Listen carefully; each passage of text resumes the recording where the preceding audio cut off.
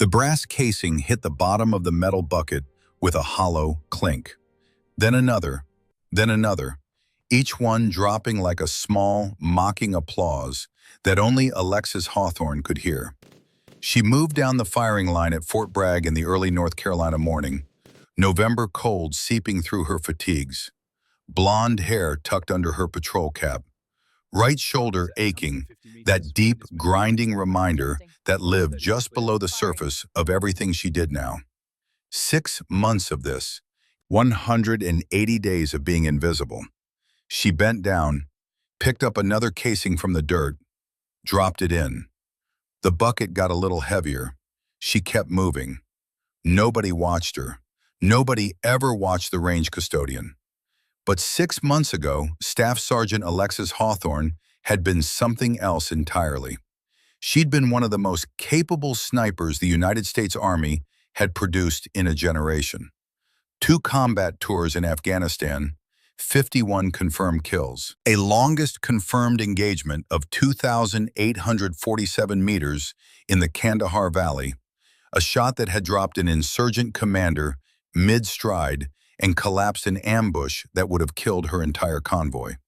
She had never once spoken about that shot publicly. The citation was worded carefully to avoid specifics. The Bronze Star with Valor that came with it sat in a drawer in her barracks room because she couldn't look at it without feeling the exact weight of everything that came after. What came after was an RPG hitting the helicopter door during extraction in 2019. What came after was a chunk of shrapnel the size of a man's fist, tearing through her right shoulder, shredding rotator cuff and bone, and the career she had built for 11 years with every single thing she had. What came after was an Army medical board that reviewed her imaging for 20 minutes and made a decision about her life in the time it takes to eat lunch. No more combat deployment, no more sniper operations, no more anything that carried meaning. They gave her a reassignment to Fort Bragg and a duty assignment that nobody said out loud was punitive, but everybody understood was exactly that. Range maintenance, custodial operations, the kind of work you give someone when you don't know what else to do with them, and you're too bureaucratically careful to simply let them go. Her direct supervisor, Master Sergeant Derek Voss, had decided within 72 hours of her arrival that she was a problem. Not a person, a problem. A broken asset the Army was warehousing until her contract ran out. He had never said any of that out loud. He communicated it through tone, through the jobs he assigned her, through the way he looked through her rather than at her when he spoke. The bucket said everything Derek Voss didn't need to. That particular Tuesday morning, Voss had appeared at the range entrance at 06:15 and called across the empty firing line in that flat, peremptory voice of his. "Hawthorne, brass check, every position, full cleanup. We've got VIP observers today, international guests. I want this line squared away. You understand me?"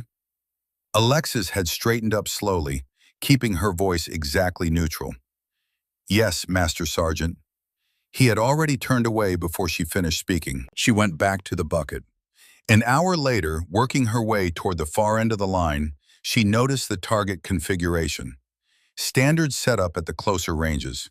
500 meters, 800, 1,200. She had walked past 100 setups like this in 6 months and stopped really seeing them after the first week. But this morning, something made her slow down. Something at the far end of the valley, barely visible against the pine-covered hillside, made her stop entirely. She looked at it for 3 full seconds. Then she did something she hadn't done in 6 months. She let her eye do its work. The automatic calculation that had been trained into her over a decade of operational shooting engaged without her permission, measuring distance by instinct, by the relationship of the target to the terrain around it, by the way the light hit the tree line on either side. Her lips moved slightly. 3,180 meters. But it wasn't just the distance that made her pause. It was the configuration itself. The angle of the target stand. the specific cant of the silhouette against the hillside, the elevation relationship between firing position and impact point. She'd seen this before. Not here, not at Fort Bragg, in her father's journal. Page 23, a diagram her father had drawn in 1983, meticulous and precise. Notes in the margin in his tight handwriting. Amber Protocol, the shot that defines you. Her father had never explained what Amber Protocol meant. She'd assumed it was some kind of training designation from his time in the SEAL teams, back when the Cold War was still cold and the work was still classified. But seeing it here, now, on a range configuration that should have been retired when the Soviet Union fell, something was wrong. Or something was very, very right. She stood there for another second, staring at it, her heart beating just a little faster than it should. Then she picked up another casing and dropped it in the bucket. The hollow clink echoed off the concrete observation towers. 6 months, she thought. 6 months of picking up brass. 6 months of being treated like broken equipment. If Dad could see me now. But her father couldn't see her. Major Nathaniel Eagle Hawthorne had died 12 years ago in 2012 at the age of 57. Heart attack, the doctor said. Sudden cardiac event. No warning. No history of heart disease. Just gone. Alexis had been 17, a senior in high school in Tennessee, already committed to West Point, already planning to follow in his footsteps. And then one Tuesday morning in March, her mother had walked into her bedroom with a face like shattered glass and said the words that divided Alexis's life into before and after. The funeral had been full military honors. SEAL Team 6 had sent representatives, men with hard faces and quiet voices, who shook her hand and said things like, "Your father was the best of us," and "He saved my life more than once," and then walked away before she could ask what they meant. She'd kept his journal, the sniper's notebook he'd given her when she was 18, right before she left for the academy. Black leather, worn at the edges, pages filled with ballistic calculations and wind-reading notes and diagrams of shots he'd made across 3 decades of service. She read it every night, even now, especially now. The convoy arrived at 0900, black SUVs and military transports rolling through the main gate with the specific authority of vehicles that do not slow down for ordinary traffic. Alexis was working the south end of the line when they pulled up, and she registered the arrival with the peripheral awareness of someone trained never to stop watching movement. Officers disembarking, dress uniforms mixed with working military attire, rank clustering around rank the way it always did. And at the center of the foreign delegation, moving through the assembled brass with an ease that was almost insultingly natural, was a man who made Alexis's hands go still on the bucket handle. Tall, lean, maybe 62, though he moved like 50. Pale blue eyes that swept across the range with the assessing quality of a man who was always, at some level, selecting targets. British. She could tell from the cut of his uniform, even at this distance. Special Air Service, from the insignia. She knew the type. She'd worked with SAS operators in Kandahar. Professional, precise, lethally competent. This one was something more. Colonel Sullivan, the Fort Bragg base commander, was doing the talking, gesturing at the range, at the target configurations, at the 1,200-meter positions where American snipers were already setting up for the demonstration. The British officer listened with the expression of a man who had been told to appear interested and was doing his professional best, which was to say, he appeared extremely bored while technically maintaining eye contact. He nodded at the appropriate moments. He made no expression that was impolite. He made no expression that was anything other than the precisely calibrated performance of a man coasting at about 40% of his engagement. Then Colonel Sullivan gestured toward the far end of the valley, toward the 3,180-meter position, and the British officer came alive in a way that was almost imperceptible unless you were watching carefully. And Alexis, 20 meters away with her bucket, was watching carefully. The demonstration began. American snipers ran through the standard program. Tight groups at 800 meters. Respectable performance at 1,200. The British officer watched with that same carefully maintained interest that communicated absolutely nothing. When the last American shooter cleared the line, Colonel Sullivan turned to the British delegation and said something Alexis couldn't quite hear from where she stood. But she heard the response, clear as a bell across the cold November morning.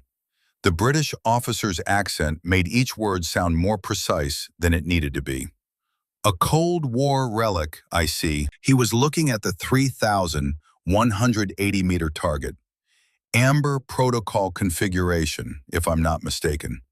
Beyond practical application in modern warfare, I should think. He paused, half a beat. We had similar theoretical exercises at Hereford in the 80s, useful for training purposes, less so for actual operations. The conditions required to make such a shot consistently, he trailed off, the implication landing exactly where he intended it to land. Your people can't do it. Not angry, not aggressive, precise. The way a quality round lands exactly where it was aimed, with just enough energy to do exactly the right amount of damage. The assembled American officers shifted. Sullivan cleared his throat. Nobody said anything that constituted an answer. And Alexis had stopped moving. She was standing 15 meters from the firing line with the bucket in her left hand. She had heard every word. Her jaw was tight, her right shoulder was aching, and her hands were absolutely still. She was running the calculation she had been trained to run. Not the ballistic calculation, not yet, but the human one. The read of a situation. Who was saying what, and why, and what the space between the words actually contained. Different caliber of men. That's what he'd said. Not better equipment, not superior tactics. Different caliber of men. 6 months of picking up brass. 6 months of being invisible. 6 months of a shoulder that screamed, and a career that was officially over at 29. And now a decorated British officer was standing on American soil, on her range, talking about her father's shot. Because that's what Amber Protocol was. She understood it now with sudden clarity, like it was a theoretical exercise beyond the capability of modern American shooters. She set the bucket down. The metal clank rang across Fort Bragg like a starting gun. Every head turned. Master Sergeant Voss was moving before she'd taken her second step, his face going from confusion to alarm in the space of a heartbeat. Hawthorne, what the hell do you think you're doing? Get back to your position right now. His voice had an edge in it she hadn't heard before, a genuine edge. Not just irritation, but something close to fear. Fear of what she was about to do. Fear of what it would look like. Fear of a broken soldier embarrassing him in front of company. Colonel Sullivan held up one hand. Voss stopped moving. Sullivan was looking at Alexis with an expression she couldn't quite read. Not dismissive, not encouraging, but attentive. He knew her file. She could see it in his eyes. He'd read it 3 months ago, alone in his office, and had sat with his thoughts for a while afterward. What is it, Staff Sergeant? Alexis kept her eyes on the British officer. Request permission to attempt the shot, sir. Her voice was level, clear. The 3,180-meter target. The silence that followed was the loudest thing she had heard since the RPG. Every head on that range turned, every set of eyes finding her at the same moment, reading her the way people read a situation that has just changed in a way they didn't predict. She felt the weight of it. Generals, foreign officers, British SAS personnel, her own unit, every set of eyes reading her fatigues, reading the bucket she'd put down, reading 6 months of early mornings in brass casings, and Voss's flat voice telling her what she was good for now. The British officer turned to look at her. She watched him do it, watched his gaze travel, not quickly but deliberately, the way a professional assesses a new variable. From her face to her uniform, to the slight compensation in how she held her right shoulder. His expression went through something complex in the space of 2 seconds. Surprise, real surprise, because this was not a development he had scripted. Then calculation, rapid and practiced. Then something settled over his features that wore the costume of polite amusement and contained underneath it a cold and complete erasure. The look of a man who had decided in 2 seconds that this was not a complication. "I'm sorry," he said. His accent made the words land with surgical precision. "Did the custodian just volunteer for precision marksmanship?" He didn't shout it. He didn't sneer. He simply said it in the tone of a man asking for clarification about something mildly unexpected. Two of his aides laughed. Controlled, professional, exactly calibrated to the tone he'd set. Alexis felt the heat come up her neck. She let it come. She didn't push it down, and she didn't let it move her face. She had been trained in conditions far more physically punishing than humiliation. "Staff Sergeant Alexis Hawthorne, sir."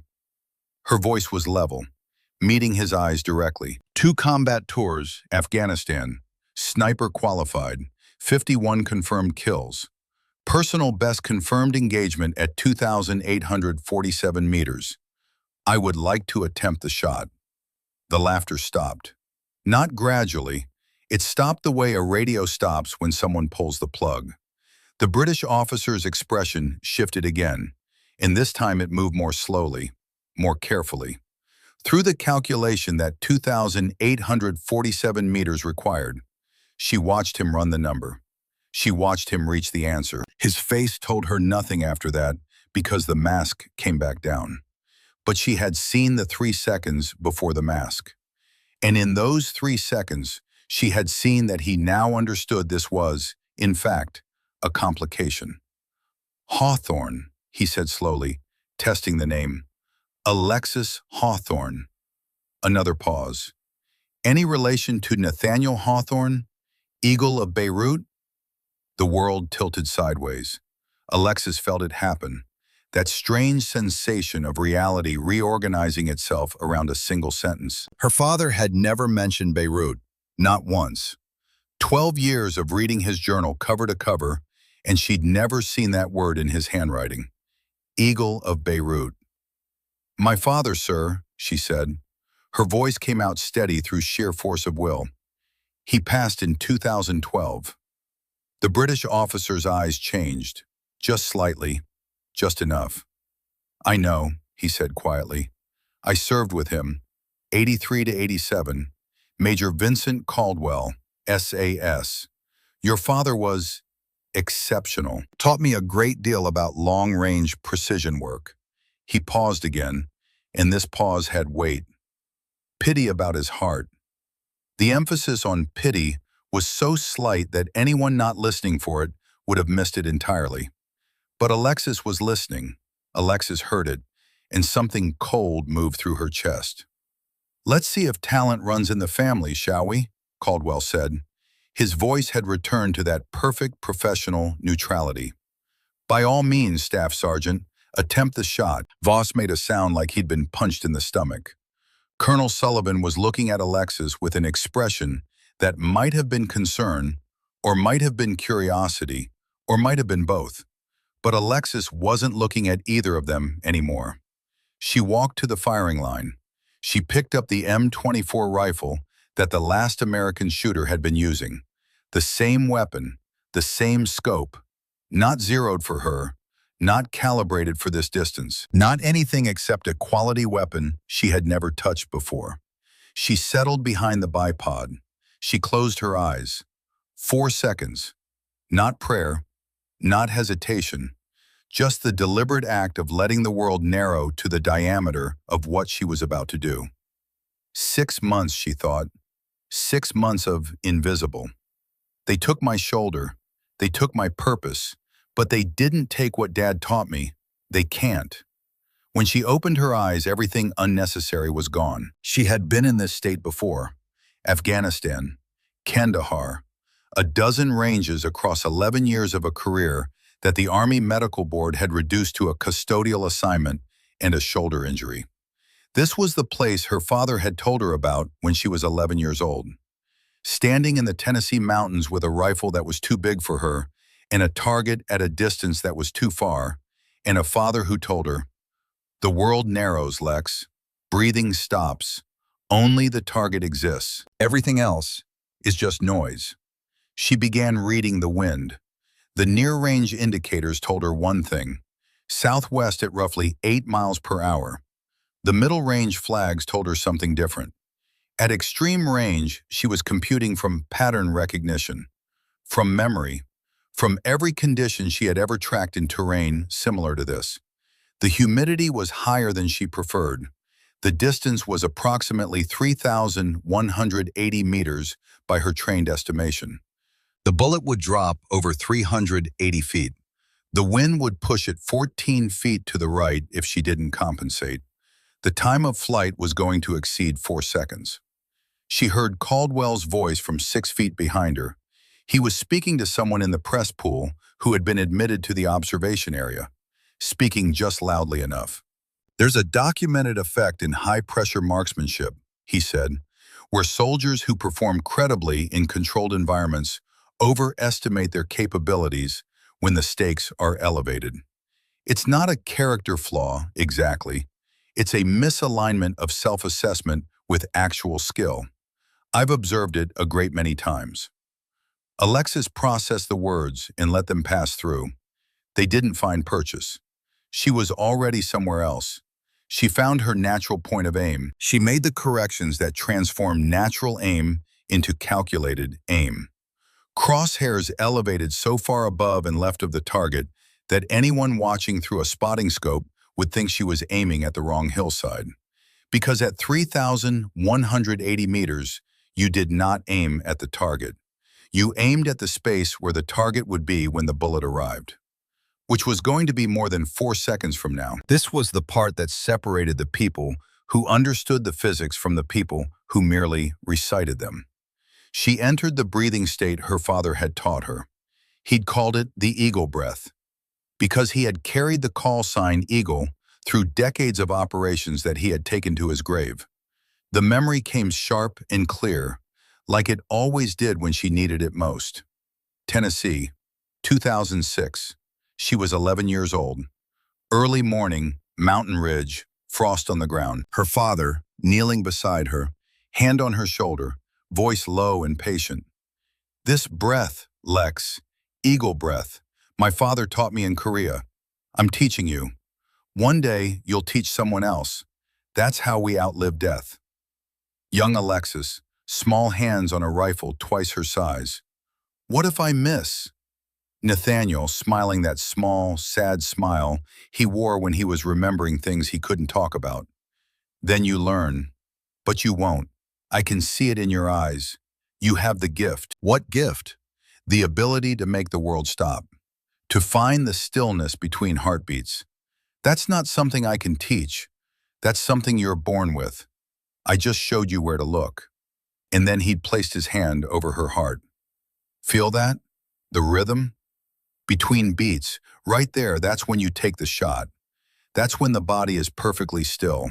That's when gravity loses its argument with your will." She'd made the shot that day, 1,200 yards. Impossible for an 11-year-old. She'd made it anyway, because her father had taught her how.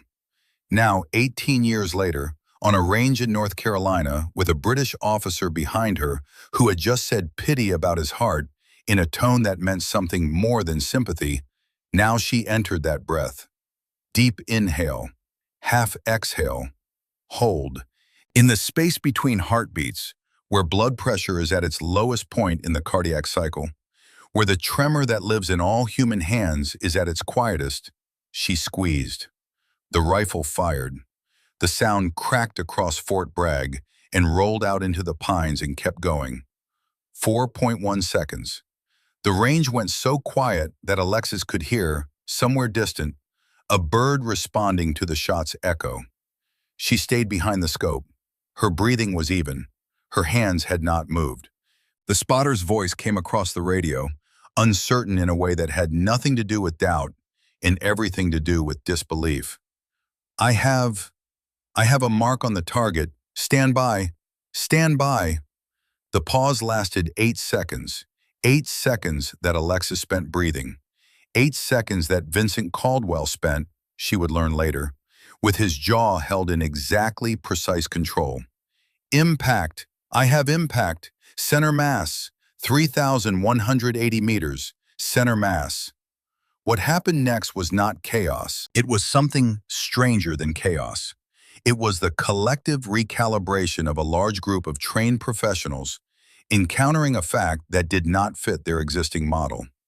Voices, movement, radio traffic, the mechanical sound of spotting scopes being adjusted, the snap of camera shutters from the press pool, all of it arriving at once, all of it reacting to the same single fact. Alexis lifted her head from the scope. She kept her face as still as she could. She set the rifle down, butt first on the mat with both hands. The way she had been trained, the way it was always done. She stood up straight. Voss was behind her. She could feel him without looking. She could feel the exact quality of his silence. Not the angry silence from before, but something different. Something that had no word for it in the vocabulary of a man who had made a decision about her in 72 hours and was now standing inside the consequences of that decision. Caldwell was 6 feet to her left. She turned and looked at him. He was looking at her. And in the 3 seconds before his professional mask resettled, in the genuine, unguarded reaction of a man who has been surprised in a way he did not expect and does not like, she saw something she recognized from the battlefield.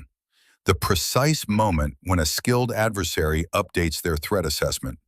He was not angry, he was calculating. And the calculation he was running, she understood with a clarity that arrived in her chest like cold water, was not about the shot she had just made. It was about what she was going to do next. Impressive, Caldwell said. His voice had not changed. Under the conditions present today, of course, he paused. Exactly the right length of pause. One shot tells us relatively little about consistency. The great snipers are defined by what they do under genuine pressure, with unfamiliar equipment in environments they cannot control. He met her eyes. I look forward to seeing what you do with more of both. It was the most sophisticated thing he had said since he arrived at Fort Bragg. And it was the most dangerous, because it wasn't a compliment, it was an invitation. And invitations from men like Vincent Caldwell had a cost that was not stated in the terms. From the edge of the equipment shed, 40 meters back, a man with white hair and the bearing of someone who had spent decades making himself easy to overlook, watched all of this without moving. Carter Ghost Malone, 68 years old, retired SEAL Team 6, a man whose service record contained more redacted lines than unredacted ones. He stood with his arms crossed and his face holding nothing at all. He had been at Fort Bragg for 3 months. He had specifically requested the posting when he learned Alexis Hawthorne had been assigned there. He had not yet spoken to her directly. He was watching Caldwell now, watching the way Caldwell watched Alexis, watching the calculation behind those pale, professional eyes. And as the crowd on the firing line surged toward congratulation and confusion and official disbelief, Ghost felt something he had not felt in a long time. The specific, cold certainty that a situation he had been watching from a distance was about to accelerate, whether he was ready for it or not. He pulled out a phone. He sent a 2-word message to a number that had no name attached to it. The message said, "She's ready." The response came back in 40 seconds. It said, "So is he." Ghost put the phone away. He looked out at the firing line where Alexis Hawthorne was standing in her dirty fatigues, with her right shoulder held slightly wrong and her face telling the world exactly nothing. The face of a woman who had just made a 3,180-meter shot with a stranger's rifle in front of a crowd of international observers and was treating it with the same emotional register as picking up brass casings. He thought, God help whoever doesn't realize what they're dealing with. He thought, Nathaniel, you would have loved this moment. He thought, we are out of time. And he began to walk toward the line. Ghost walked onto that firing line like a man who had done it 1,000 times and intended to do it 1,000 more. Nobody stopped him. Nobody asked who he was. Men who moved with that particular quality of authority, quiet, absolute, requiring nothing from the room, were never stopped. They simply arrived, and the space reorganized itself around them. Alexis saw him coming and felt something she couldn't name yet. She had noticed him 3 times in 6 months, once near the equipment shed, once at the edge of the early morning range, once sitting alone in the dining facility, reading something that he closed before she could see the cover. He had never spoken to her.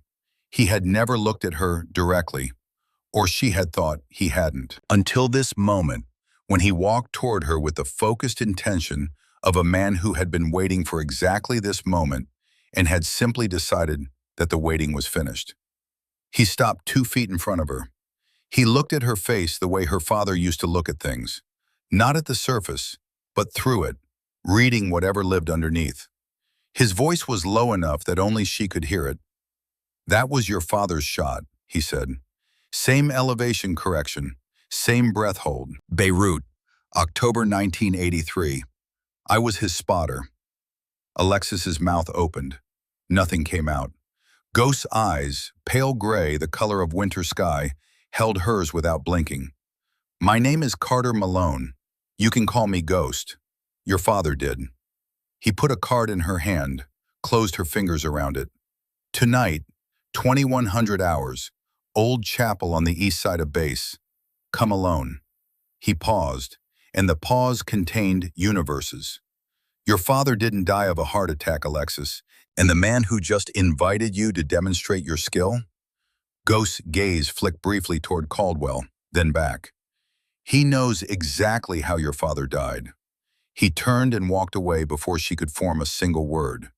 She stood there with a card in her fist, and the crowd pressing around her, and Caldwell watching from 12 feet away. And she understood, with the same bone-deep certainty she felt when a shot was right before she pulled the trigger, that the day was not over. It had not even properly started.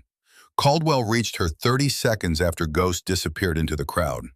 He moved through the congratulating officers the way water moves around rocks, smoothly, without acknowledgement, without friction. He stopped beside her and said nothing for a moment, letting the noise of the crowd create its own privacy. Then he said quietly, "Who was that man?" Alexis said, "Range staff." Caldwell looked at her sideways. He knew she was lying. She knew he knew. Neither of them said anything about it. "I have a proposition for you, Staff Sergeant." His voice was conversational, ordinary, the kind of voice used for things that were meant to sound smaller than they were. "An international military symposium. Edinburgh, Scotland. 5 days. Next month. 8 national delegations. The finest military marksmen currently serving." He paused. "We're honoring Cold War veterans, your father's generation, the men who built the foundations we stand on today. I believe you would represent the United States exceptionally." Alexis said, "Why would you offer me that?" Caldwell smiled, slightly. "After what you just did? Because it would be interesting." The smile held. "And because I believe in giving exceptional people exceptional opportunities." She said, "I'll think about it." He said, "Don't think too long." He walked away, and Alexis stood in the North Carolina cold with a dead man's card in her fist and an enemy's invitation in her ear. She felt the ground shifting under her in a way that had nothing to do with the earth. The rest of the day passed in a blur of debriefings and congratulations and questions she answered with the minimum number of words required. By 1700 hours, she was alone in her barracks room, sitting on the edge of her bunk, staring at the card Ghost had given her. Plain white, no logo, just an address written in precise block letters. Old Chapel, 2100, underneath in smaller text, "Trust no one in uniform." She turned it over. Nothing on the back. On her desk, her father's journal sat exactly where she'd left it that morning. Black leather, worn edges, the weight of it as familiar as her own heartbeat. She opened it to page 23. And there it was, the diagram she'd been seeing in her mind all day. A firing position, a target silhouette, elevation markers, wind vectors, all drawn in her father's meticulous hand. At the top of the page in neat capital letters, Amber Protocol. Below that a date, October 1983. And in the margin, barely legible, written in what looked like a different pen, added later, the shot that defines you is never the one you expect. Alexis sat there as the afternoon light faded through her window, as the base settled into evening routine, as the world continued turning like it always did, indifferent to the fact that hers had just broken open. Your father didn't die of a heart attack. Pity about his heart. Eagle of Beirut. She thought about her father, about the man she'd known, patient, careful, impossibly skilled with a rifle, impossible to read when he didn't want to be read, about the way he'd taught her to shoot when she was 11, about the journal he'd given her when she was 18, right before West Point, with that small, sad smile and the words, "This is everything I know about making the world stop between heartbeats. Use it wisely." About the funeral, the SEAL team operators with their hard faces and quiet condolences. About 12 years of thinking she knew who her father was. And about the possibility, no, the certainty now, settling into her bones like winter cold, that she had known almost nothing at all. At 20:45, she put on civilian clothes, jeans, dark jacket, no identification. She slipped the card into her pocket.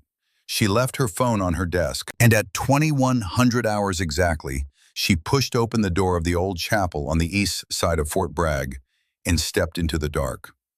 Ghost was already there, standing in the shadows near the front, hands visible, away from his sides. A signal she recognized immediately from combat training. Non-aggression, old professional habit. He spoke before she reached him. "You have questions." Alexis stopped 10 feet away. "How did you know my father?" Ghost said, "Better question. How did your father die?" The silence between those two sentences was the loudest thing Alexis had felt since the RPG. She said, "Heart attack, 57 years old, March 2012. Ghost said, "That's what the report says." She stopped walking. "What does that mean?" Ghost looked at her steadily. When he spoke, his voice carried the weight of something he'd been holding for a very long time. "It means your father spent the last 2 years of his life gathering evidence against an organization called the Covenant. It means he was closing in on names, on financial records, on proof of assassinations carried out for private clients by people who were supposed to be serving their country.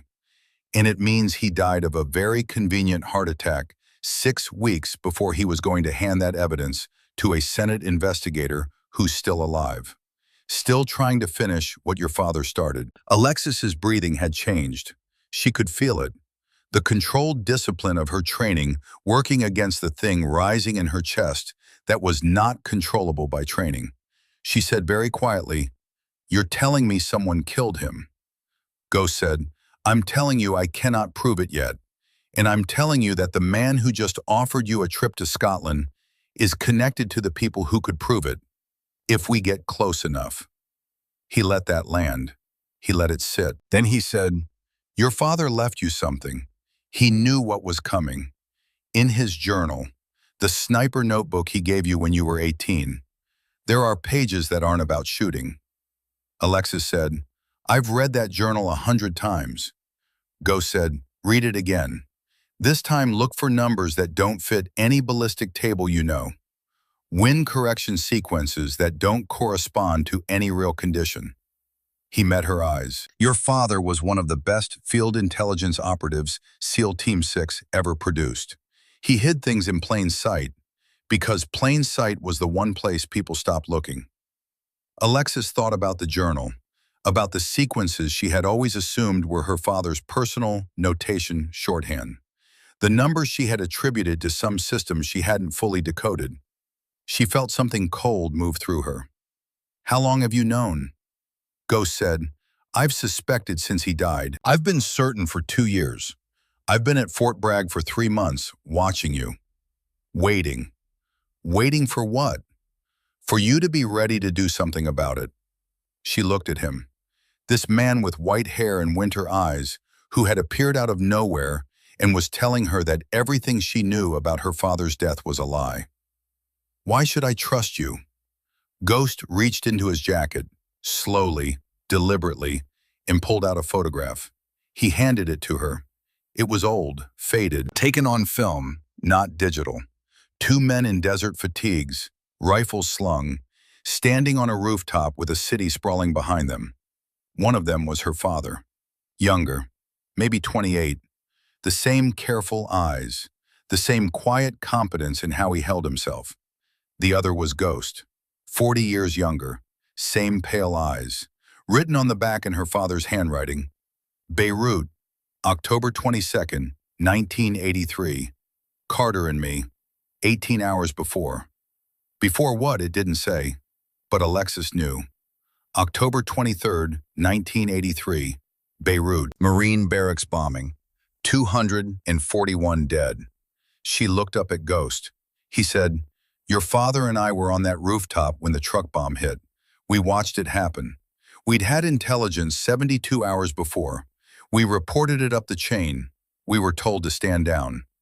His voice was flat, factual, but underneath it, Alexis heard something she recognized: guilt that never fades. The Covenant, Ghost continued, wanted that bombing to happen. It justified budget increases, expansion of covert operations. Your father never forgave the people who gave that stand-down order, spent the next 29 years documenting what they became, what they did. He paused. Vincent Caldwell was your father's protege, 1983 to 1987. Your father taught him everything. In 1987, Caldwell found out the Covenant was privatizing, selling their services.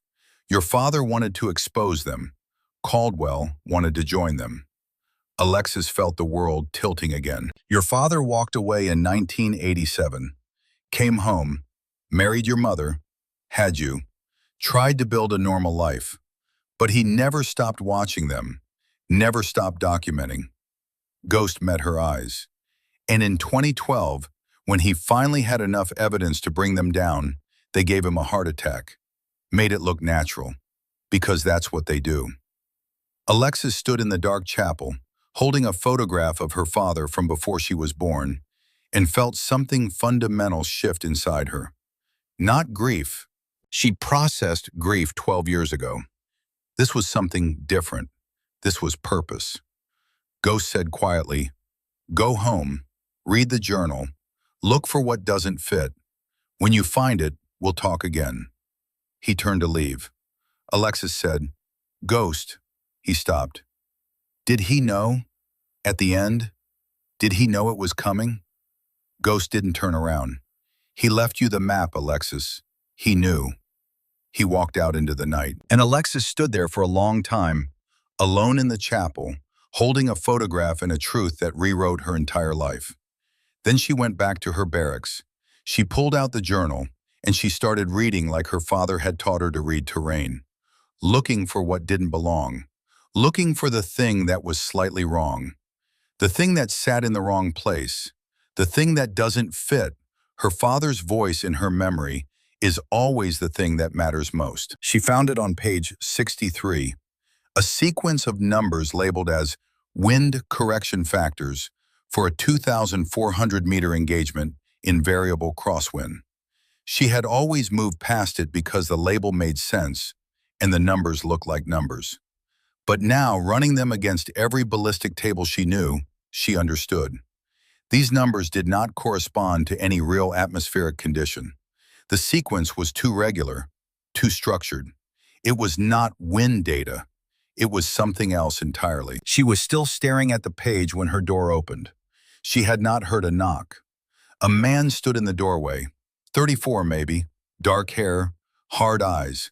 the bearing of someone who'd seen combat and carried it differently than most. He said, "I know what you found." Alexis had her hand on the Glock under her pillow before he'd finished the sentence. He raised both hands slowly. "Easy, Sergeant. I'm not here to hurt you. I'm here because Ghost sent me, and because I know what those numbers mean." He showed her military ID. Sergeant First Class Declan Bryant, Army Intelligence. She didn't lower the gun. He said, "Your father used a book cipher. The numbers are coordinates, page, paragraph, word. I ran crypto for 3 years before sniper school. When Ghost told me what you'd found, I knew." He paused. "Can I come in? Or would you prefer to shoot me in the hallway where everyone can see?" Alexis considered him for 3 seconds, then lowered the gun. "Close the door." He did. He sat down across from her and put a copy of Field Manual 2310 on the table between them. She looked at him. He said, "Book cipher. Your father used the one reference document every qualified sniper owns, the 1982 edition, Cold War Standard." He opened the manual. Page number, paragraph number, word number. That's how he built the message. They worked for 90 minutes. Neither of them spoke except when the work required it. The message emerged from the numbers, the way all hidden things emerge. Slowly at first, then all at once. When the last sequence resolved, Alexis sat back and read the complete decoded text in silence. Then she read it again. The words burned themselves into her vision. Cold Forge, archive location, Eagle's Nest, Quantico Armory, Sublevel 3, access code Beirut-241-1983, evidence 43 contracts/18, covenant members/financial trail. Caldwell equals primary executioner since 1987. Trust, Carter Malone, Ghost. Only if I'm gone. Finish it. I love you, Alexis. The last shot is always the hardest, Dad. Alexis read the final line again. Her father's handwriting, translated through numbers, through codes, through 12 years of silence. I love you, Alexis. The last shot is always the hardest. Her hands were shaking. She made them stop. Declan sat across from her and waited. She said without looking up, "The covenant. He named it." Declan said quietly, "There's more." She looked at him. He turned the journal to pages 71 through 73. More sequences, different pattern. "This one took me longer. It's double encoded. Your father was being extra careful." He showed her the work, the decryption. The message that emerged made everything snap into focus with terrible clarity. Senator Randolph Kincaid testimony scheduled November 20th, 2024. Location, Edinburgh Symposium. Concurrent subject, CIA Black Operations, 1979 to 2012. Caldwell likely to protect Kincaid use Symposium as cover. Alexis looked at the calendar on her wall. Today was November 12th. 8 days, she said. Caldwell isn't inviting me to honor my father. Declan said, "No. He's using the symposium as cover for an assassination. That's what Ghost believes. That's what the evidence suggests. And She stopped, thought about it. "I'm either a target myself, or he's testing me, seeing if I know anything, seeing if I'm a threat." Declan leaned back. "My brother Kevin died in Helmand Province, 2009. IED took out his convoy. I was told it was bad luck. Wrong place, wrong time." He met her eyes. "If your father's archive is what Ghost says it is, it'll have the routing orders for that convoy. Someone paid to put Kevin on that road. Someone made money off my brother's death." The silence in that small barracks room was absolute. Alexis looked at her father's journal. She thought about a man who had spent the last 2 years of his life quietly building a case against the most dangerous people he had ever known. Who had hidden the map to that case in a notebook and given it to his daughter? Who had died before he could finish what he started? and had trusted her to finish it instead. She said, "We go to Scotland." Declan said, "We don't have the evidence yet. We don't have backup. We don't have authorization." She said, "My father didn't have any of those things either." Declan was quiet. She said, "Are you in?" He looked at her for 3 seconds. Then he said, "I had a brother, Kevin Bryant, Helmand Province, 2009. His voice did not change, but something behind his eyes did. Nobody ever told me who gave the order that put his unit on that road. Somebody made a decision. Nobody was ever held accountable." He closed the field manual. "I'm in." Alexis found Caldwell the next morning, told him she accepted the offer. He smiled that smile that didn't reach his eyes and said he would begin arrangements immediately. He told her the symposium was 5 days, multiple disciplines, 8 nations. He told her it was an opportunity to demonstrate what American marksmanship was truly capable of. He told her it was the kind of stage that only came once. She looked him in the eye and said, "I understand completely, sir. I won't waste the opportunity." He held her gaze for one moment longer than necessary. Then he nodded and walked away. Ghost was waiting for her outside the building. He had seen the conversation. He said, "You told him yes." She said, "We decoded the journal." Ghost went very still. She said, "He named the archive, Eagle's Nest. He told me to find you." Ghost looked at the ground for a moment. When he looked back up, his face had changed in a way she couldn't fully categorize. Older somehow, and more certain, and more tired, all at the same time. He said, "Your father was thorough, more thorough than they ever understood." He said, "The archive exists. I know where it is. I've been protecting its location for 12 years. He said, "There's something else you need to know before Scotland." He paused. The pause had weight. "Senator Randolph Kincaid is the keynote speaker at the symposium, same week as your competition. He's scheduled to testify before the Senate Intelligence Committee in 6 weeks. He has copies of everything your father gathered." She said, "They know." Ghost said, "Yes." She said, "This symposium isn't a competition." Ghost said, "No." She said, "It's cover for an assassination." Ghost said, "That's what I believe." She said, "And you still want me to go?" He said, "I want you to go because you're the only person alive who can do what needs to be done when the moment comes. You didn't just inherit your father's aim." He looked at her directly. "You inherited his judgment. I've been watching you for 3 months. The shot yesterday was just confirmation." She felt the weight of that, the full weight of what he was asking, what her father had asked through coded messages in 12 years of silence. Ghost said, "In Scotland there will be others. Trust Captain Sophia Larson, Norwegian intelligence. She'll find you.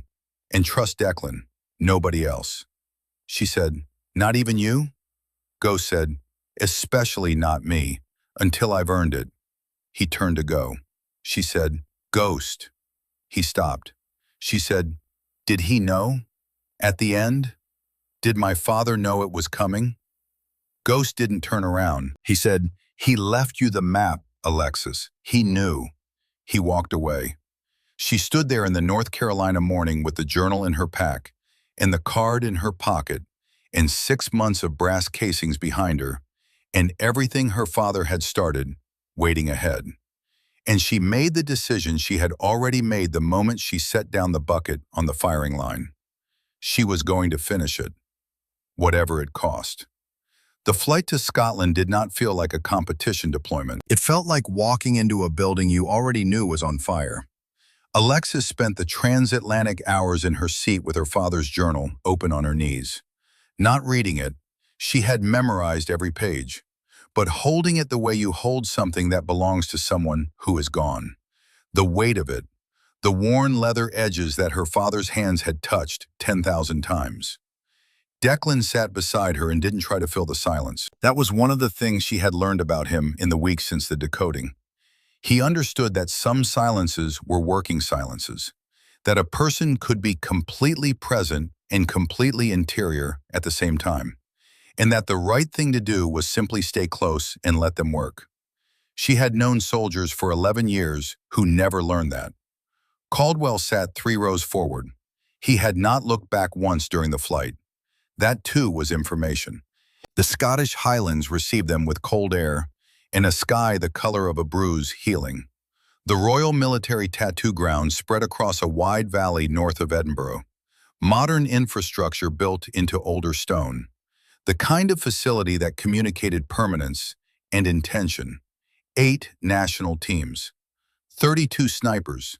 Camera crews from 2 international press agencies who had been told this was a landmark event in multinational military cooperation and were enthusiastically covering it as exactly that. Alexis watched all of it with the specific quality of attention her father had called reading the room.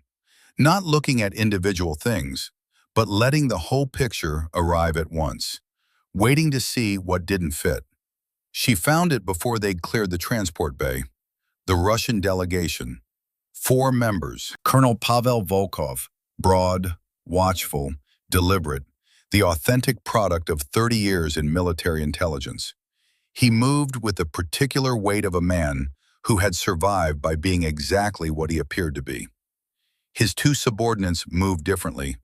They had the technical habits of trained shooters, the way they scanned angles, the way they positioned themselves relative to exits. But beneath those habits was something else, a quality of performance. Professional presentation layered over a different kind of professional entirely. Alexis filed it, said nothing. She was unpacking her gear in assigned quarters when a knock came at the door. Declan opened it. A woman stood in the corridor. 42, maybe. Blonde hair pulled back. Norwegian flag patch on her jacket. Hands visible. Expression carrying the specific, controlled neutrality of someone delivering information they could not afford to deliver loudly. "I need 5 minutes," she said. "Not here." Declan looked at Alexis. Alexis nodded. They followed the woman to an equipment storage building at the compound's perimeter. Inside, a man was already waiting. German flag patch. Same careful posture. Both of them had their hands visible. Old signal. The woman spoke first. "Captain Sophia Larsen, Norwegian intelligence. Ghost said you'd be cautious. Good." She gestured to the man beside her. "This is Captain Henrik Baum, German Bundeswehr intelligence." Larsen continued without waiting for acknowledgement. "For the past 18 months, we've been investigating a pattern of high-profile assassinations across Western Europe. Politicians, defense executives, 1 retired NATO general, long-range precision work in every case, distances and conditions that eliminate most of the world's shooters as suspects." She looked at Alexis directly. "The methodology is a signature. We believe the shooters are covenant operatives being contracted to private clients." Baum said, 3 of the targets had upcoming testimony before international oversight bodies. None of them lived to deliver it. The silence that followed was not comfortable. Alexis said, "You know about Kincaid." Larsen's expression shifted. Genuine surprise quickly managed. "You're further along than I thought." Alexis said, "My father started this investigation. They killed him for it." Larsen said, "Nathaniel Hawthorne." Not a question. She said, "Your father was the reason we have what we have.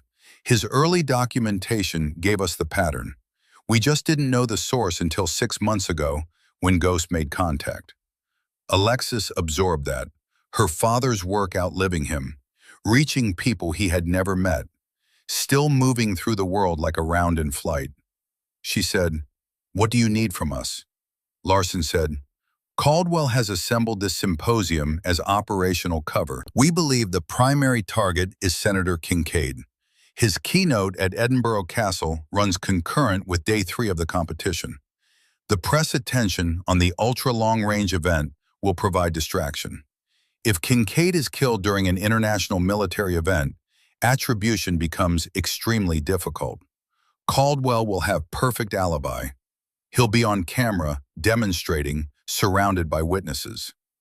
Baum said, There is one more thing. Two members of the Russian delegation are not active military.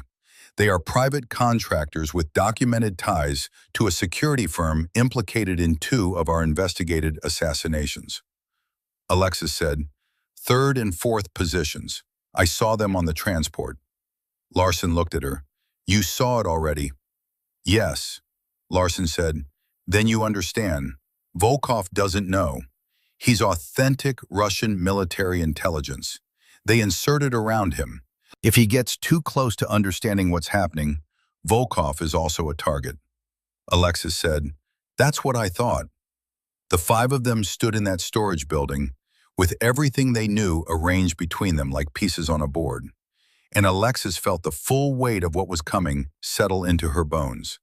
Not fear, something older and more serious than fear. The weight her father had described in the journal, the understanding that a decision was irreversible from the moment it was made, and that the only thing that mattered now was making the right one. She said, "We compete, we perform. We give Caldwell no reason to believe we're anything other than what he brought us here to be. And we find the shooter's position before day 3. Larson said, "We've already identified the most probable locations. There are 3 viable long-range positions with sight lines to Edinburgh Castle's Great Hall." Baum said, "Most likely is St. Giles Cathedral Tower, 1,440 meters northeast of the castle. Elevation, clear approach, multiple exit routes." Alexis said, "And the backup position?" Larson said, "Rooftop of an office building adjacent to the castle's east wing, 620 meters. Shorter range, more exposure, but viable as contingency." Alexis said, "Caldwell won't use a single shooter for something this important. Primary and backup, both active." Declan said quietly, "Then we need 2 interdiction teams." Alexis looked at him. He said it without inflection, without drama. The way he said things he had already decided. "Larson and Baum take the primary, we take the backup." She said, "You understand what that means?" He said, "I understood what this meant when I decoded your father's journal." Nobody argued with that. Day 1 of the competition arrived with mist and cold, and the particular focused energy of 32 professionals competing for something that mattered to them professionally, if nothing else. Alexis shot conservatively, solidly within herself, the static precision event at 1,000 meters. She finished 4th. She was capable of first place. She chose not to take it. Caldwell watched from the observation area, and she could feel his assessment. The ongoing recalibration that had been running since Fort Bragg. She gave him nothing to update his model with except competence, slightly below extraordinary. Between stages, Declan murmured observations about the 2 Russian contractors, their positioning, their eye movement, the way they watched the terrain rather than the targets. Alexis filed everything. That night, alone in her quarters, she opened the journal to page 89, the page she'd found 2 days before departure. A list in her father's handwriting. 14 names. Operation Cold Forge alumni, 1979 to 1991. 11 were marked with small crosses. Dead. Various accidents between 1991 and 2010. 3 were unmarked. Carter Malone, Ghost, Vincent Caldwell, and 1 name that was partially redacted in her father's own hand, scratched out but still barely visible beneath the ink. She had stared at that name for an hour on the plane, trying to make out the letters, trying to understand why her father would record a name and then deliberately obscure it. Now, in the Scotland cold, she pulled out the photograph Ghost had given her. Beirut, October 22nd, 1983. Her father and Ghost on a rooftop. She looked at the background, the city sprawling behind them. And there, at the very edge of the frame, barely visible, a third figure. Turned away from the camera, just a shoulder, part of a profile. Someone else had been there. Alexis felt something cold move through her chest. She thought about her father's note. Trust Carter Malone. Ghost. Only. Not only Carter Malone. Only. meaning there was someone else her father specifically did not trust. Someone who had been in Beirut, someone whose name was scratched out on page 89. She was still staring at the photograph when her door opened. No knock. Ghost stood in the doorway. He looked older in the Scottish light, or maybe just more tired. "You found the list," he said. It wasn't a question. Alexis set the photograph on the desk. "Who's the third person in this picture?" Ghost closed the door behind him. He sat down across from her. For a long time he said nothing. Then, "Your father and I weren't the only ones on that rooftop in Beirut. There was a third spotter, younger, 23 years old, first deployment with Cold Forge." He paused. He saw what we saw. The intelligence about the truck bomb. He heard the stand-down order. And when your father wanted to go rogue, wanted to warn the Marines anyway, this kid, Ghost's voice went flat. This kid reported your father to command. Said Nathaniel was emotionally compromised, unreliable. Alexis felt her jaw tighten. Ghost continued. The report buried your father's career advancement for 3 years. By the time he recovered, Cold Forge was already corrupting, already privatizing. Your father walked away in 1987 because he knew. He knew who had betrayed him. He knew that man would be part of what the Covenant became. Who was it? Ghost looked at her. Your father scratched out the name because he didn't want you going after the wrong target. The third man on that rooftop wasn't the executioner. He was just a kid making a scared decision that cost 241 lives. Ghost, who? He said, Senator Randolph Kincaid. The world stopped. Alexis stared at him. Kincaid, the man we're here to protect. Ghost nodded slowly. The man who's about to testify against the Covenant is the same man who helped create it. Your father knew. He documented everything. And he knew that Kincaid's testimony was the only way to take them down legally, completely. He leaned forward. Your father forgave him, Alexis. 30 years of guilt drove Kincaid out of CIA in 1995. He spent the last 3 years building a case against the Covenant because he knows what he helped create. Your father's evidence and Kincaid's testimony together, that's what ends this. Alexis sat with that, the complexity of it, the moral weight. Her father had spent 29 years protecting the man who had betrayed him, because that man was the key to justice. The last shot is always the hardest. Ghost said quietly, Caldwell doesn't know about Kincaid's past. None of the Covenant does. They just know he's a threat now. Your father kept that secret to protect the prosecution. He stood. Day 3 is in 48 hours. Larson has confirmation that equipment was moved into St. Giles Cathedral Tower tonight. Military-grade .338 Lapua system. Suppressed. They're committed. Alexis said, then so are we. Day 2. Fieldcraft evaluation in unknown distances. Variable wind. Alexis climbed to 3rd place, still holding back. Still giving Caldwell exactly what he expected to see. A very good soldier performing at her ceiling, rather than an exceptional one performing below it. That night, a message appeared under her door. No name, block letters. Equipment Shed 2, 2300. She showed it to Declan. He said, could be Larson with new intelligence. She said, could be Caldwell testing whether we'll move at night. Declan said, either way, we need to know. They went separately, 5 minutes apart, found Larson inside with an expression that had moved past controlled neutrality into something raw. She said, the shooter's equipment was moved into position tonight. Primary location confirmed. Cathedral Tower. We found the hide marks, the anchor points for a stabilizing rig. Fresh. It's a .338 Lapua system with suppressor. Military-grade optics, not commercial. Whoever placed it knows their business at the highest level. Declan said, timeline. Larson said, Kincaid's keynote is at 1400 hours tomorrow. Day 3 begins at 0900. The ultra-long-range event runs 1100 to 1500. The coverage overlap is the window. Alexis said, They'll fire during our event, while cameras are pointed at us. Larson said, yes. Alexis said, can we warn Kincaid? Larson said, all outgoing communications from this facility are being routed through Caldwell's command net. We found the relay node this afternoon.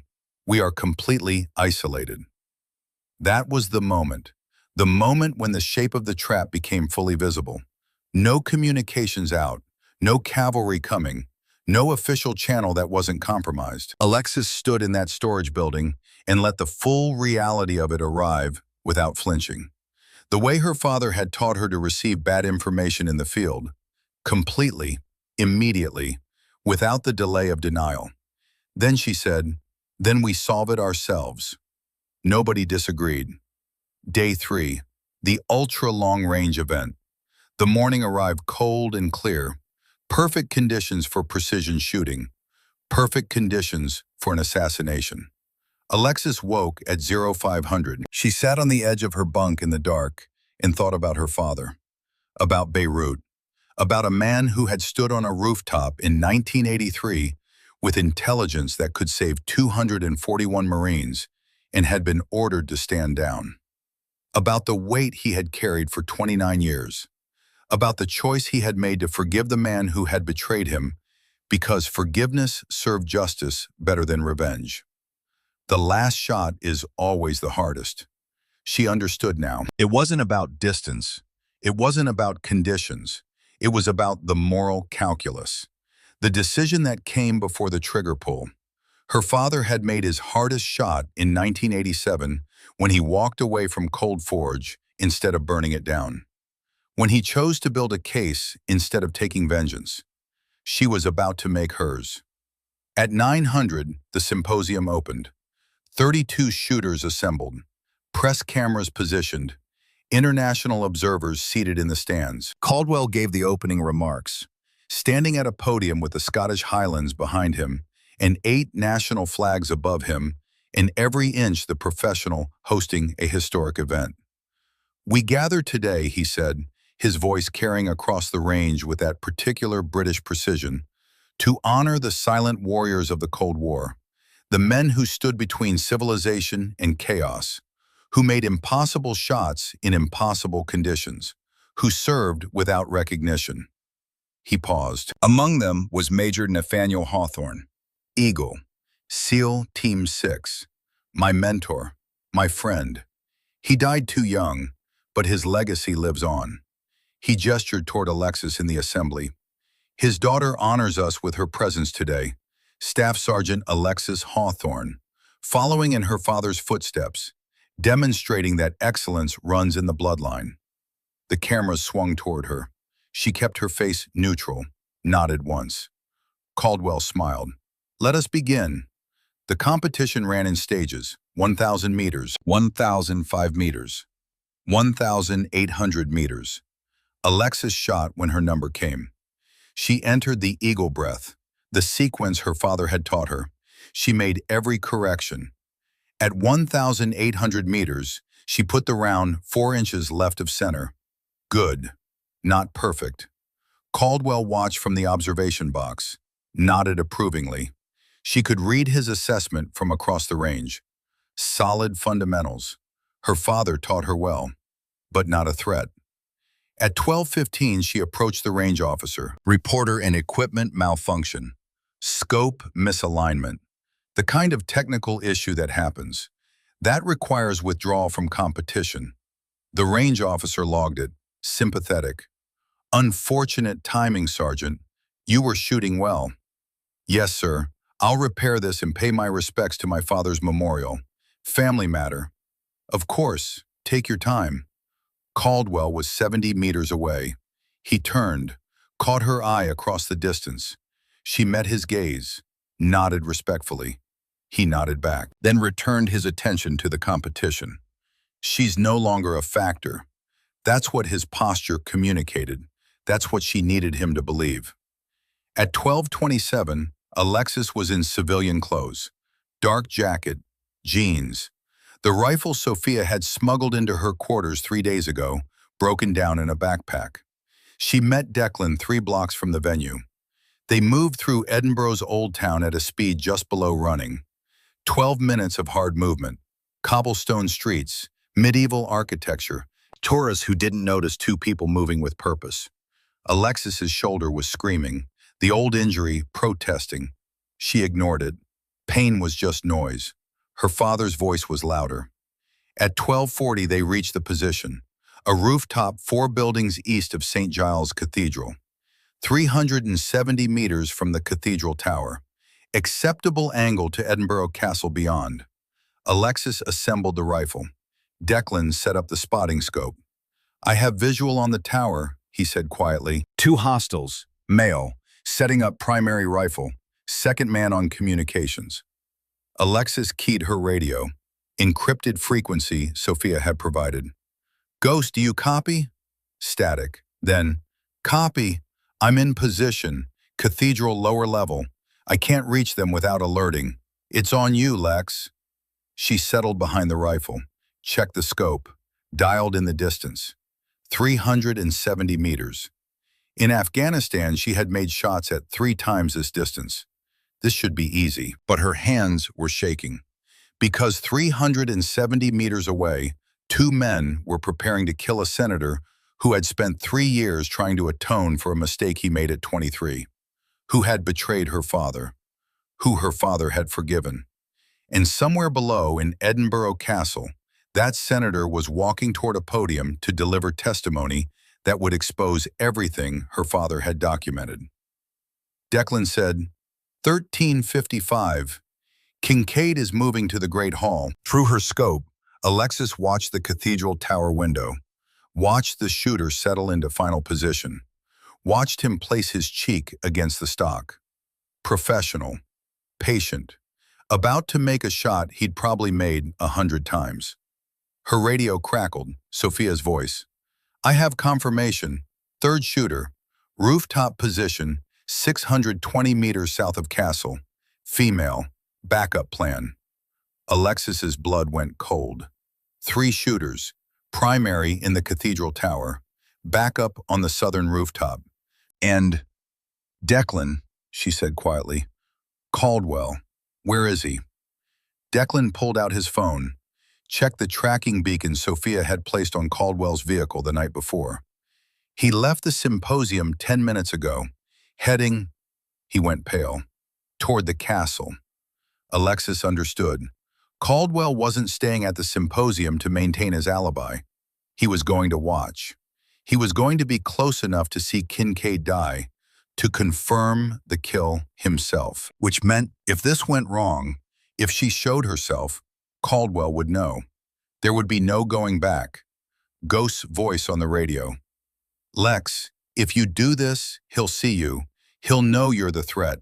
There's no walking away from that." She thought about her father, about the choice he'd made in 1987. Walk away or burn it down. He'd chosen to walk away, to build the case, to trust justice. She'd walked away from nothing. She'd been living in the wreckage of what they'd done to her for 6 months. "I crossed that line the moment I picked up Dad's journal," she said. "I'm not going back." At 13:58, Senator Randolph Kincaid stepped to the podium in Edinburgh Castle's Great Hall. 72 years old, former CIA, 3 years of investigation, 12 years of guilt. He began to speak. "Ladies and gentlemen, 40 years ago, in the shadows of the Cold War, our government created programs designed to protect American interests abroad. Today I'm here to tell you what happened when those programs stopped serving America and started serving profit." Through her scope, Alexis watched the cathedral tower. The primary shooter's finger moved to the trigger. She said, "Declan, on my mark you call Ghost. Tell him, Beirut Protocol Alpha." Declan said, "What's?" "Just do it. 3, 2, 1, mark." Declan keyed the radio. "Ghost, Beirut Protocol Alpha." Inside the cathedral, Ghost moved. He had been waiting in the lower level for 30 minutes, positioned exactly where Alexis had told him to position, below the tower stairwell. When he heard Beirut Protocol Alpha, the signal Nathaniel Hawthorne had created in 1983 for emergency intervention. He threw the flashbang up the stairwell and moved. In the tower, the primary shooter heard the explosion below. Distracted. Split-second hesitation. Alexis fired. 620 meters. Different angle. The backup shooter on the southern rooftop.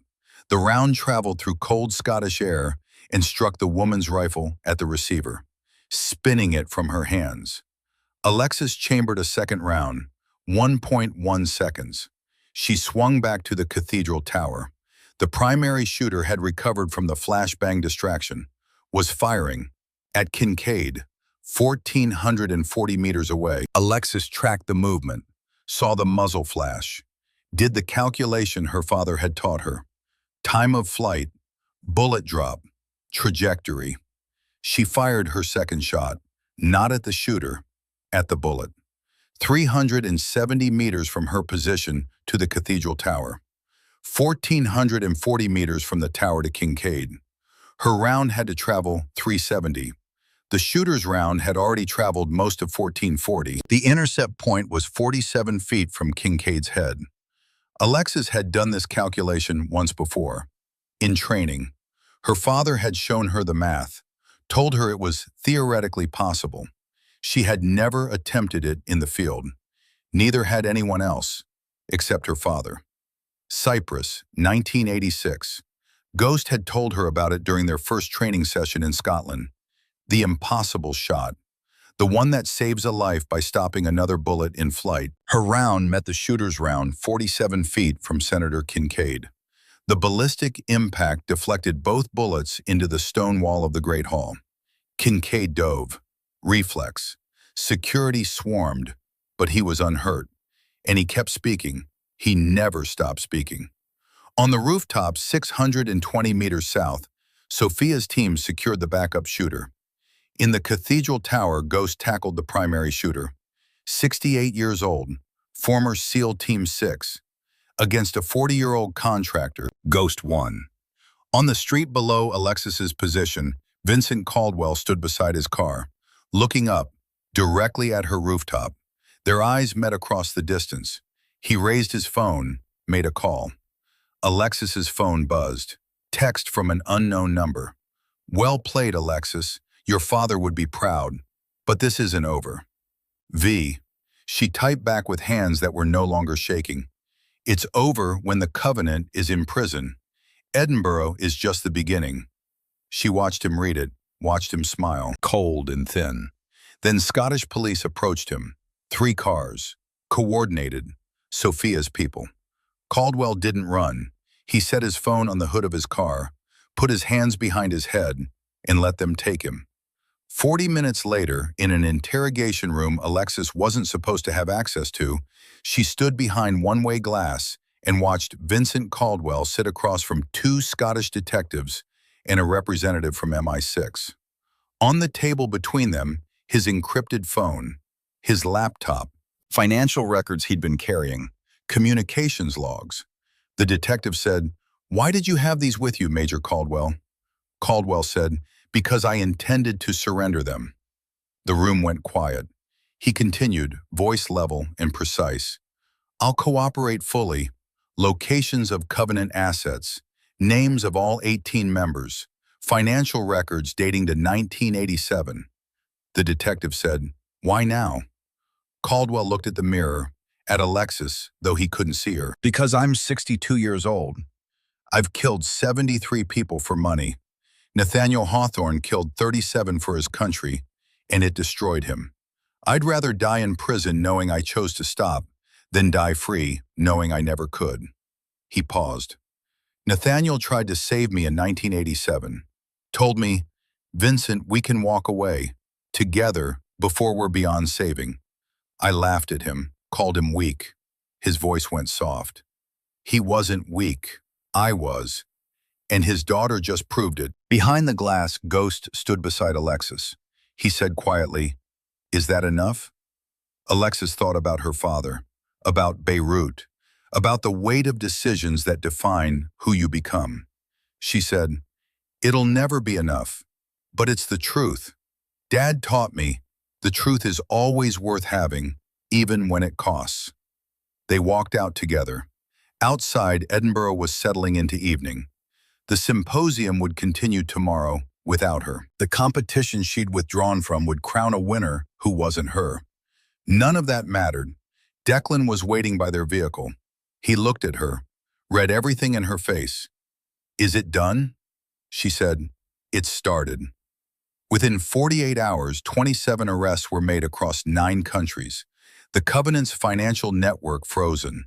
Operational infrastructure dismantled. Senator Kincaid completed his testimony to a congressional committee that included 3 sitting senators and 2 NATO oversight officials. Her father's evidence, all 43 contracts, all 18 Covenant members, the complete financial trail, entered the official record. Alexis received confirmation that Declan's brother Kevin's death had been officially ruled result of third-party contract interference. The routing orders that had put his convoy on that road were documented. The Covenant connection was established. Declan cried once, just once, in the hotel room in Edinburgh after reading the official determination. Then his voice went steady, and he said, "Your father put that in the record. A man I never met kept documentation that means my brother's death won't be invisible." Alexis said, "It's everything, Declan. That's everything." The formal proceedings took 6 weeks. Congressional testimony, Intelligence Committee sessions, international oversight reviews. Alexis gave her deposition in a JAG conference room at Fort Belvoir with Declan beside her and a federal prosecutor across the table who asked precise questions and received precise answers. The deposition took 9 hours over 2 days. When it was finished, the prosecutor looked at her and said, "Master Sergeant, in 22 years of this work, I have reviewed 5 cases of this complexity. The quality of the original documentation, your father's work, is the reason this prosecution holds. He was a very thorough man." She said, "Yes, sir, he was." Vincent Caldwell's plea negotiation took 3 months. He ultimately entered an agreement that required complete disclosure of every Covenant operation, every client, every financial transaction, every operative still in the field, in exchange for federal prison rather than the alternative that his legal team had very quickly understood was the actual alternative. The disclosure implicated 41 individuals in 9 countries. It confirmed the details of 17 assassinations across Western Europe and Central Asia. And in session 14 of his debriefing, Caldwell confirmed in formal, recorded prosecutorial testimony exactly what had been done to Nathaniel Hawthorne on a Tuesday morning in March 2012, in a house in Tennessee, by an operative whose name was now in the federal record. He confirmed the method, a compound that mimicked cardiac arrest, administered through contact poison on a door handle, untraceable after 72 hours. He confirmed the authorization chain. The decision had been made by the Covenant's senior counsel when Nathaniel requested access to Operation Cold Forge's pre-1995 operational archives. They had identified him as a threat within 72 hours of that request. He confirmed the timeline. The operative had been in position 4 days before Nathaniel's death, had waited for the right moment, had executed the contract with professional efficiency. Alexis read the transcript in her quarters at Fort Bragg on a Thursday evening with Declan sitting across from her. She read it once, beginning to end, without stopping. When she finished, she closed the folder and set it on the table and sat quietly for a minute. Declan did not speak. She said, "He knew. He knew they had identified him, and he kept documenting anyway. He kept building the case. He had weeks. He could have run. He could have burned the evidence and walked away and been alive." She stopped. Declan said quietly, "He was thinking about you." She said, "I know. He was thinking about the next person they'd do it to if nobody stopped them. He was thinking about your brother Kevin." Declan went very still. She said, "The routing decision for Kevin's convoy, Helmand Province, 2009, it's in the disclosure. Page 214. A Covenant client paid for a specific military response pattern that generated that patrol route. Kevin's unit wasn't an accident. The silence in that room was absolute. Declan sat with it the way she had sat with her own version of it, completely, without rushing away from it, letting the full weight of the thing arrive and be real. His jaw was tight. His hands were flat on the table. After a long time, he said, "He knew." She said, "The evidence was in the archive. Ghost found it 6 months ago. He told me before we left for Scotland. I should have told you sooner." He said, "Why didn't you?" She said, "Because I didn't want it to change why you were doing this. I needed you to choose it for the right reasons, not for revenge." He looked at her for a long moment. His eyes were bright with something he was holding very carefully. He said, "I did choose it for the right reasons." She said, "I know. That's why I'm telling you now." He looked at the folder on the table. He looked at his hands. He said, "Is there accountability for Kevin's routing?" She said, "Page 214 is part of the formal prosecution. The client is named. The chain of authorization is documented. It will be in front of a federal judge within the year. It won't bring him back." He said no. She said, "But it's the truth, and it's in the record now, and it will hold." He was quiet for another long moment. Then he said, "Your father did that. He put that in the record." His voice was steady and rough, and completely honest. "A man I never met kept documentation that means my brother's death wasn't invisible." She said, "That's something." He said, "That's everything, Alexis. That's everything." The promotion ceremony came through 6 weeks after the debrief. Master Sergeant Alexis Hawthorne. The ceremony was small. Colonel Sullivan presided. Ghost attended in civilian clothes and stood at the back and said nothing, and clapped with everyone else. Afterward, he shook her hand and said, "Your father would have complained that you outrank him now." She laughed. A real laugh. Sudden and genuine. The first one in a long time that didn't cost anything. Ghost looked surprised by it for 1 second, and then smiled. And for that 1 second, she could see through the decades of operational distance to the man her father had called his closest friend. Master Sergeant Derek Voss called from Fort Bragg 3 days later. The call lasted 4 minutes.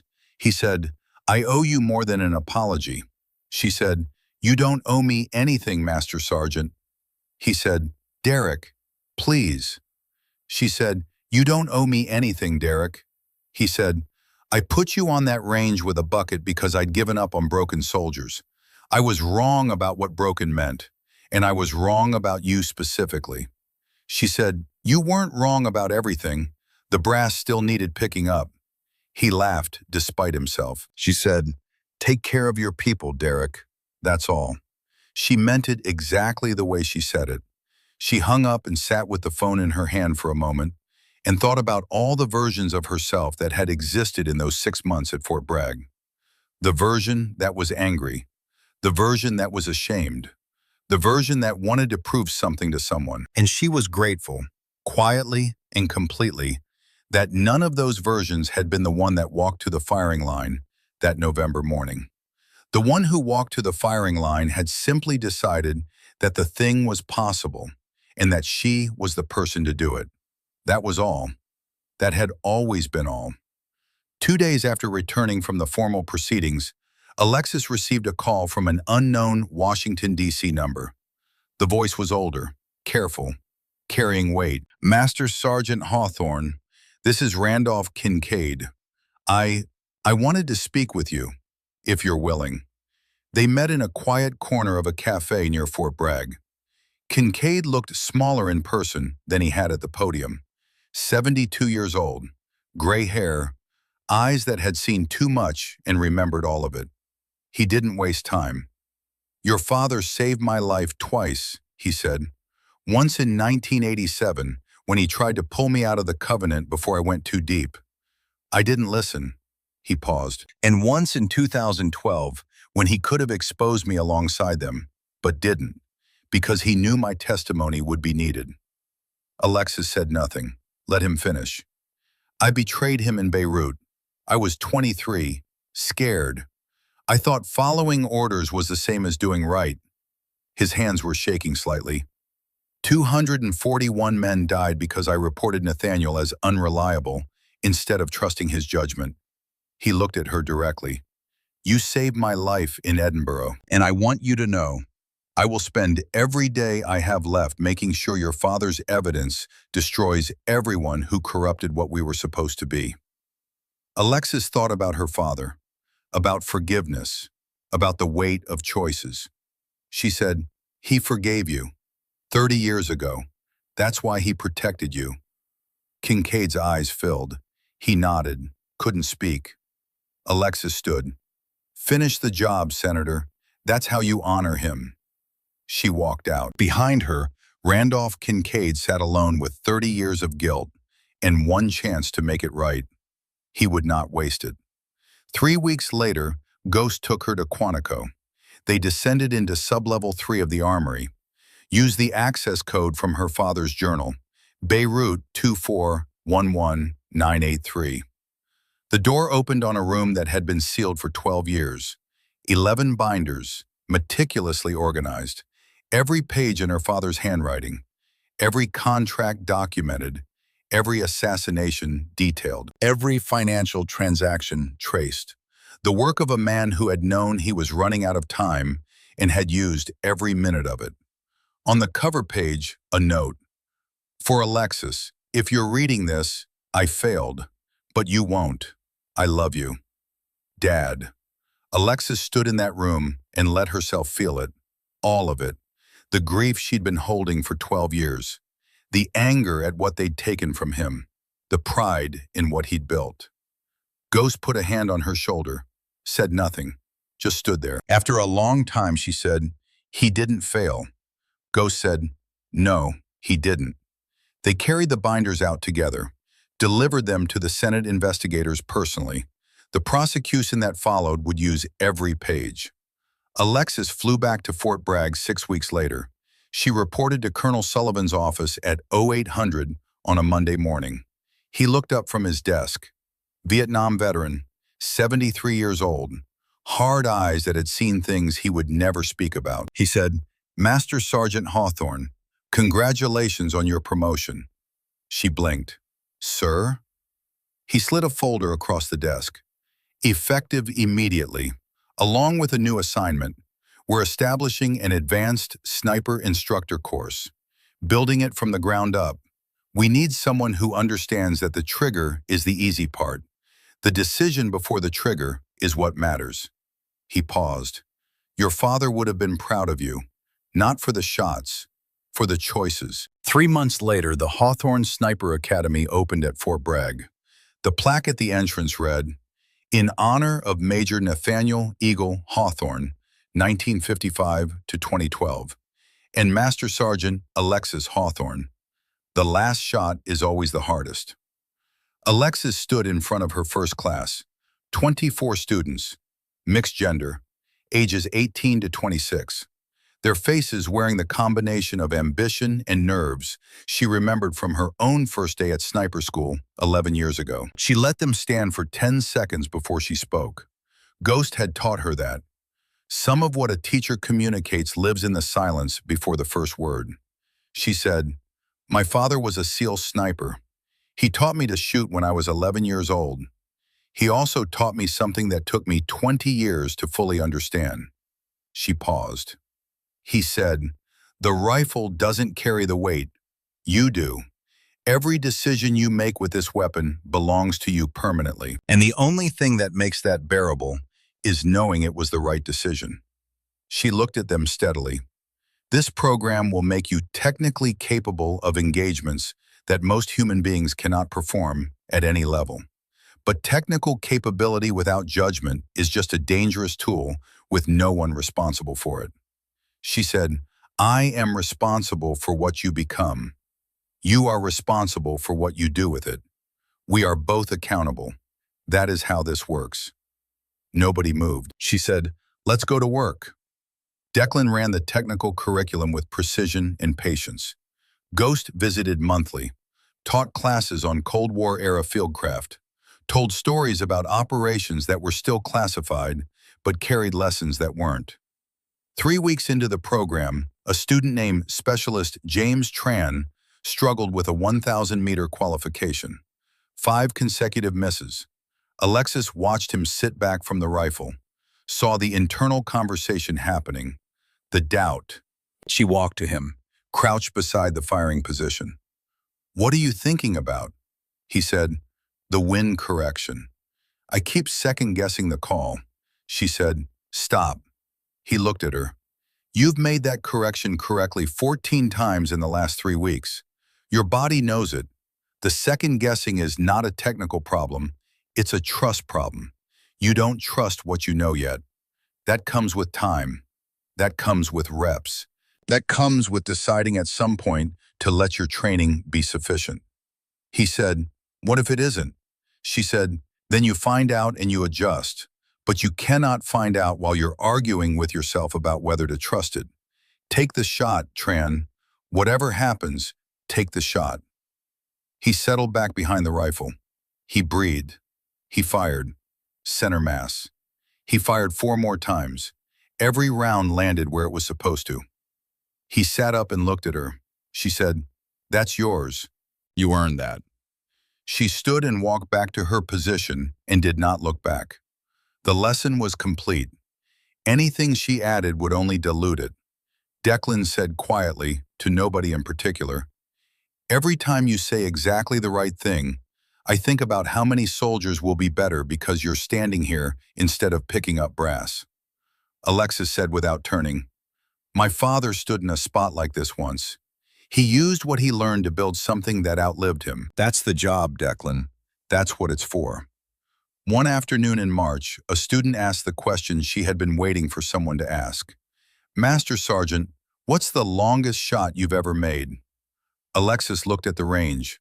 At the targets set at distances most people couldn't even see clearly. At the students who were learning to make the world stop between heartbeats. She said, 3,180 meters, Fort Bragg, last November. The student said, "Was that the hardest?" She looked at the plaque at the entrance, at her father's name beside hers.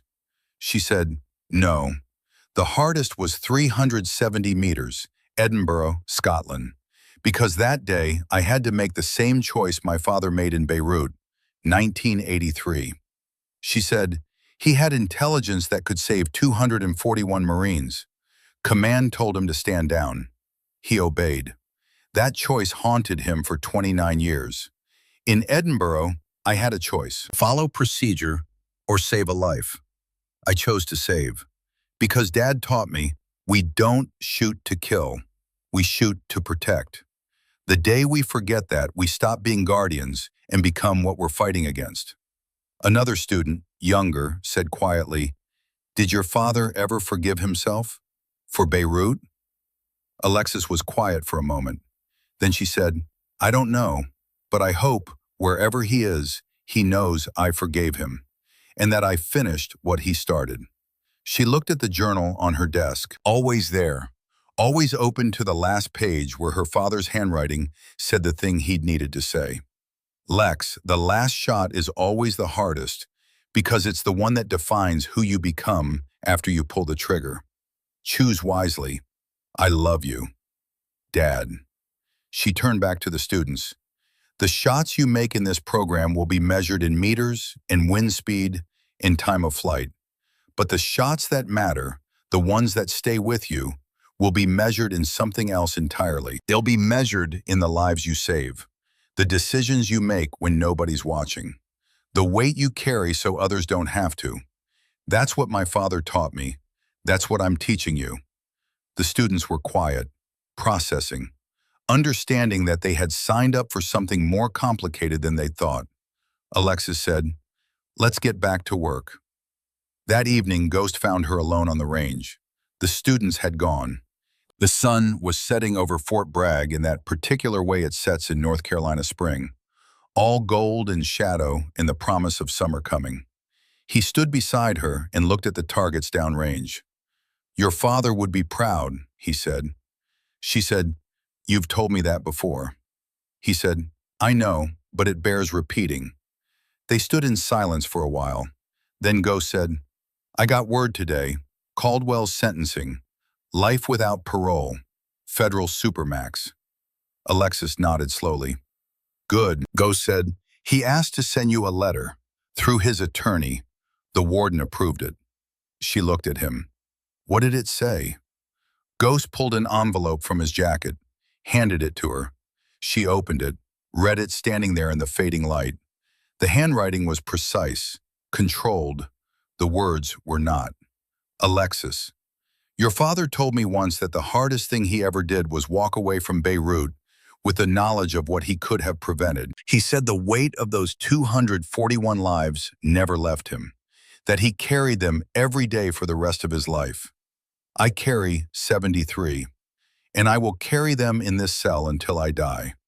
But I want you to know, what you did in Edinburgh was not what I would have done. It was what your father would have done. You made the choice he taught you to make, the choice to save rather than destroy. That's the difference between us, between who he was and who I became. I'm grateful you stopped me, not for my sake, for yours, because if you hadn't, you would have become what I am. And that would have been the final victory for everything the covenant represented. Your father won. Not in 1983, not in 2012, but in you.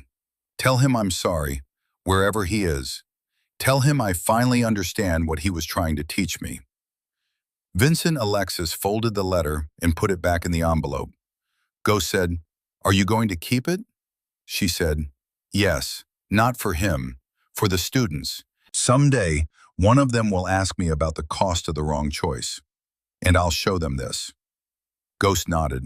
He understood. They walked back toward the academy building together. The plaque at the entrance caught the last of the sunlight. Ghost stopped, looked at it for a long moment. I kept my promise to him, he said quietly. 12 years, and now it's done. Alexis looked at him, saw something in his face she hadn't seen before. Peace, or something close to it. What will you do now? She asked. Ghost smiled. Small, real. I'm 68 years old. I've spent 40 years in shadows. Maybe it's time to stand in some light. He paused.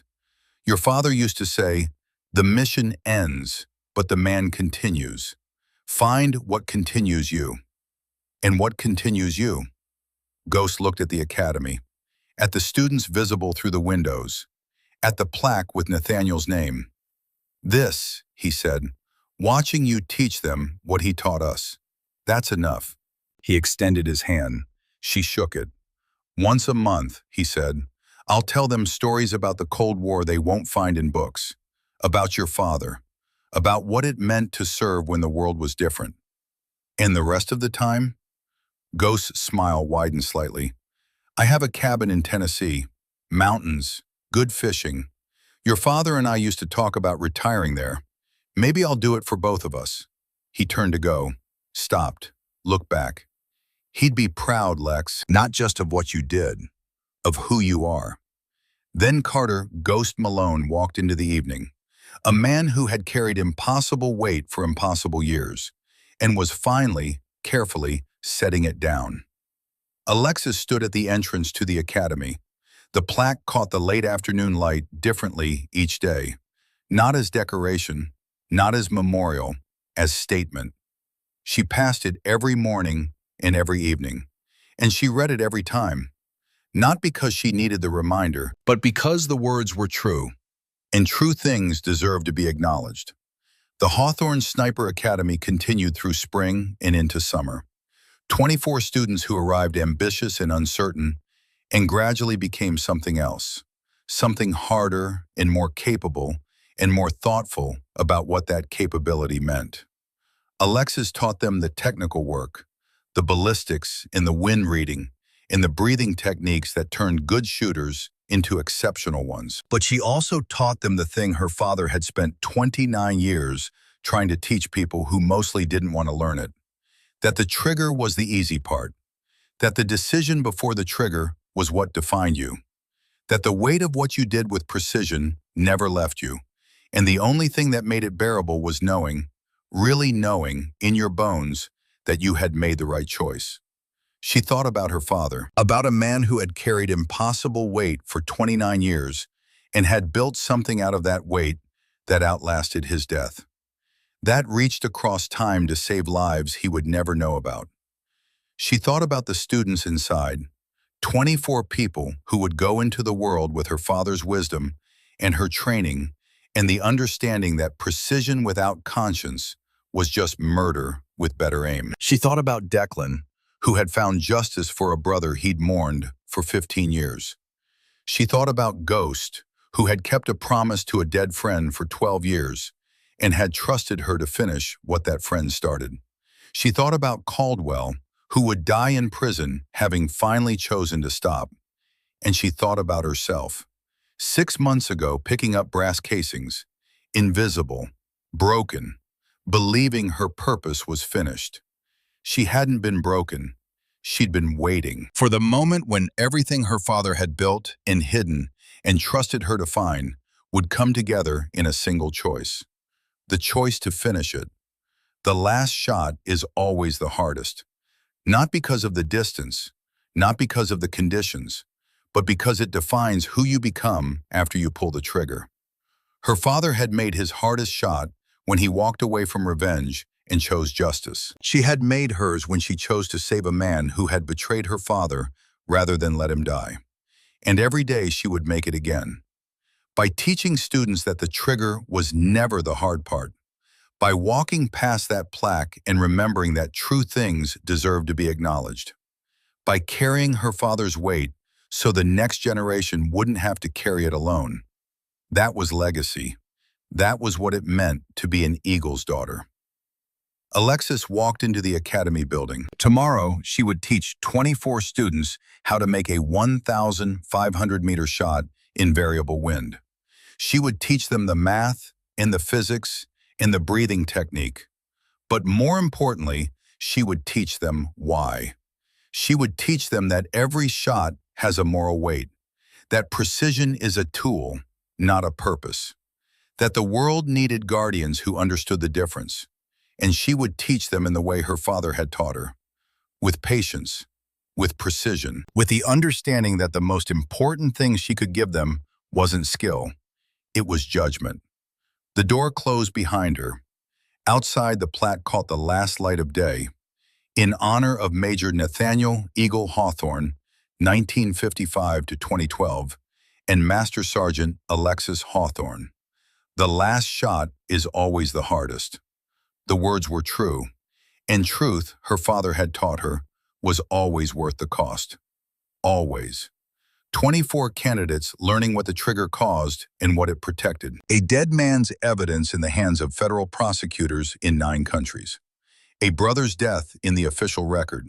Acknowledged, accounted for, no longer invisible. The organization that had ordered her father's death dismantled at the root. And the woman who had spent 6 months carrying a brass bucket down a firing line at Fort Bragg, now standing at the front of a classroom, passing forward everything she had been given, and everything she had earned, and everything she owed to the people who had trusted her to carry it.